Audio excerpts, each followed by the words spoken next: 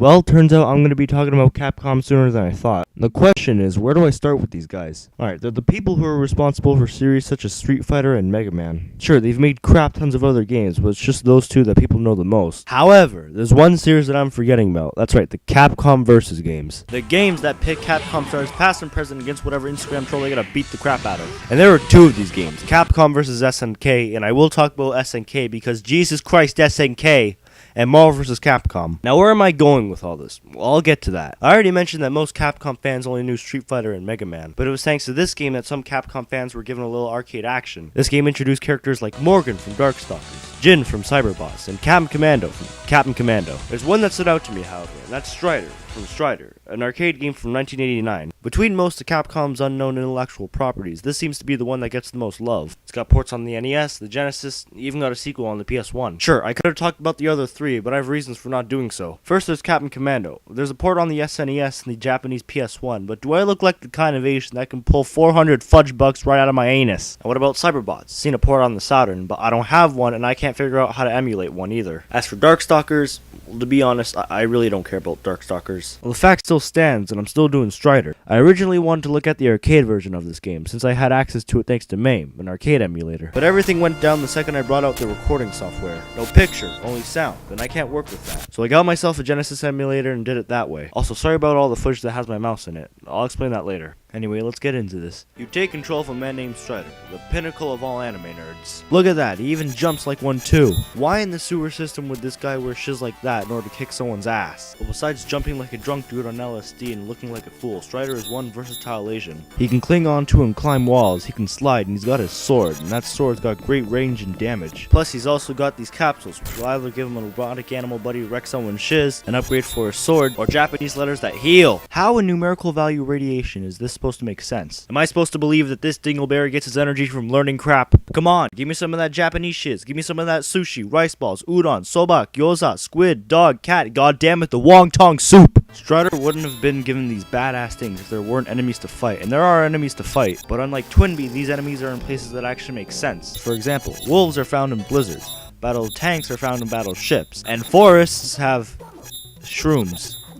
You know, I'll accept that. Besides normal enemies, this game is also rocking some bosses, and there are 5 of them in this game. The first one's pretty easy, just gotta strike the head and eventually it'll die. The second one's not too bad either, just gotta kill off these girls that explode and kill off the guy in here. The third one is Bull Shrimp. What name am I supposed to give this thing? You know what, I'm gonna call this boss Science, because this boss is Bull Shrimp just like actual science. In order to beat this boss, you have to hit the atoms that are revolving around it. And I guarantee you, 100% of the time, this boss will always hit you before you can kill him. And the problem being, well, if you had 1 bar left and you have 1 life left, or in this case 0 lives left, then you are screwed. Then there's the 4th boss, and he's not too bad. All you gotta do is jump around and hit like 6 something times, but other than that you're good. Then there's the 5th boss, but we'll get back to him. If there's one thing that I hate about this game is that there's a lot of parts where you need a guide. By that I mean it'd be pretty hard to progress if you didn't look it up on the internet. One part that immediately comes to my mind is the beginning of stage 3. Once you get past these tanks, there's this part of the ship that looks to be blocking your path. Now you may be asking yourself, how do I get past this part? We can all assume that the correct answer is to jump over it, right? Guess what? You are incorrect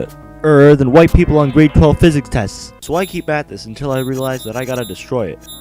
With my sword! How the hell was I supposed to know that? But then in stage 2, there's a whole bunch of crap that you can't get past without having guidance. So get your pen and paper, get your Jesus book, and get ready. First, you get to this— God damn it! First, you get to this shaft that you're gonna have to climb out of. You find some stairs and think, I can climb these. No, the hell you can't! Or at least not properly! After figuring out you can climb these stairs in technical reverse, your next step is to find out how can you get out of this shaft. Your answer: these rotating platforms. With these rotating platforms, you can use them to reach the steel beam, which will get you out of the shaft. But it can't be one that has spikes under it, or else guess what? Your ass is back to the bottom. You're out of the shaft. Great, this is possible.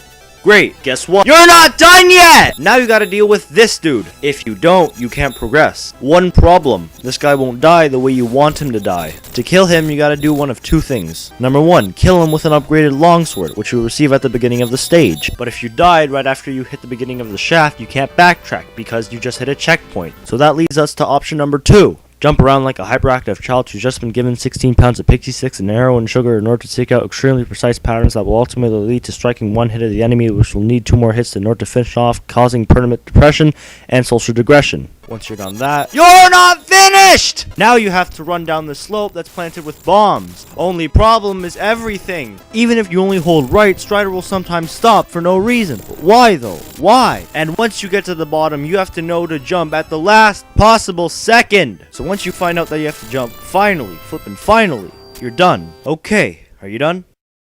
Good, let me see. What the fuck? You piece of I will you! Follow me up on Instagram. No one following! Alright, to be fair, that was less than a minute of dialogue, but that felt like forever to me. Now remember what I said at the beginning of this video, that this was originally an arcade game, and then I'm playing a version of this on the Sega Genesis? Well, the problem was porting an arcade game to a home console in the 80s and 90s would usually cause a whole bunch of unfaithfulness, as in the port doesn't match well with the real thing, and Strider on the Genesis is no exception. Alright, let's break it down. Strider in the arcade has better sounding music, better graphics, and voice acting, which is inconsistent because sometimes it's in English, but sometimes it's in Japanese. To give you some kind of perspective, an arcade machine versus a home console in the 80s and 90s would be like a PC with good specs versus a game console today. But there are a bunch of things that aren't in the Genesis version that don't make much sense. For instance, Strider's sword is a lot longer in the Genesis version than it is in the arcade version. That's not much of a problem, it's just something I figured that I point out. Some music tracks are given completely different tones than the originals, despite getting them spot on in the cutscenes. Also, remember the guy in Stage 2 who made me spit out an entire high school textbook exam? Well, it turns out in the arcade version you can just walk right past him, but I just had 15 mental breakdowns today just trying to explain it, so I'm not going to do that.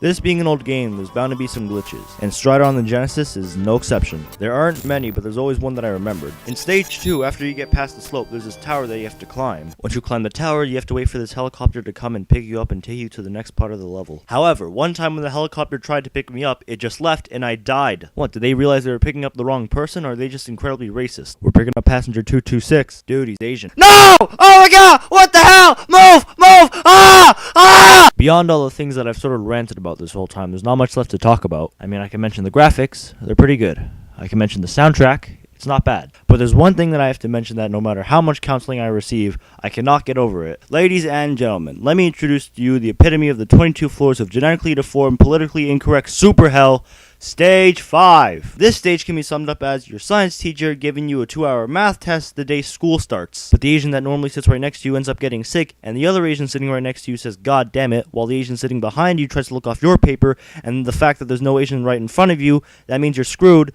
The movie, the game, the movie in 3D. And I give it that name because that's bullcrap, everything comes out of nowhere, and it's long. I'm not going to run you through the whole stage, just the unfair crap. But there's a lot of unfair crap, so we're probably going to go through the whole stage anyway. First up, the second you enter the level, Schwab, instant bad guy, you take damage. Once you deal with him, there's another dude.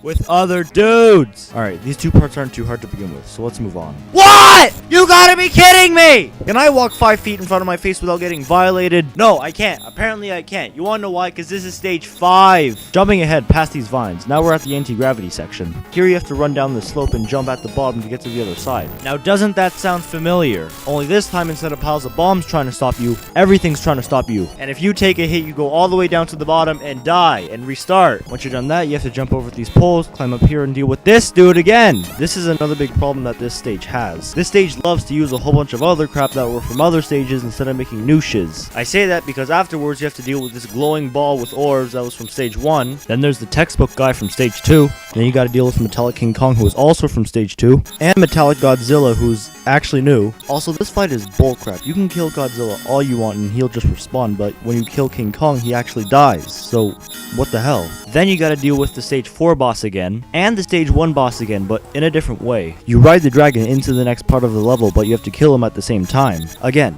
how the hell was I supposed to know that? But what pisses me off more is that you can fall through him. Even at a complete standstill, you can still do that. I mean, what the hell? Where are the physics? Now that we're done with that, there's a question I have to answer. Why was my mouse in a bunch of the footage? Well, shortened to the point, this stage is hard, I use save states, yada yada yada, I forgot to move my mouse away from the footage. And now, let me introduce to you the most biggest, baddest, badass, absolute joke in the history of ever this boss. I'm not even joking, all you gotta do is grab the sword upgrade, go to the right corner, and just mash. He's done. Well, now that we beat the game, I say we sit back and enjoy a well-deserved ending.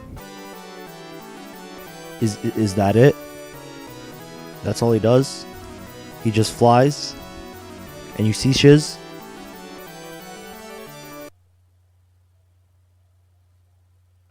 Overall, Strider isn't a bad game, it's just a really hard one. But if you're up to it, you should get this game done during the course of a weekend or something like that. If you're gonna play this, go for main, because the arcade version is much better and it's much faster. You know, speaking of faster, twinbee took me 5 months in order to create a 5-minute video, but this video took me 2.5 months to create a 10-minute video. Anyway, like and subscribe if you want more of this shiz. With that said, see you next time.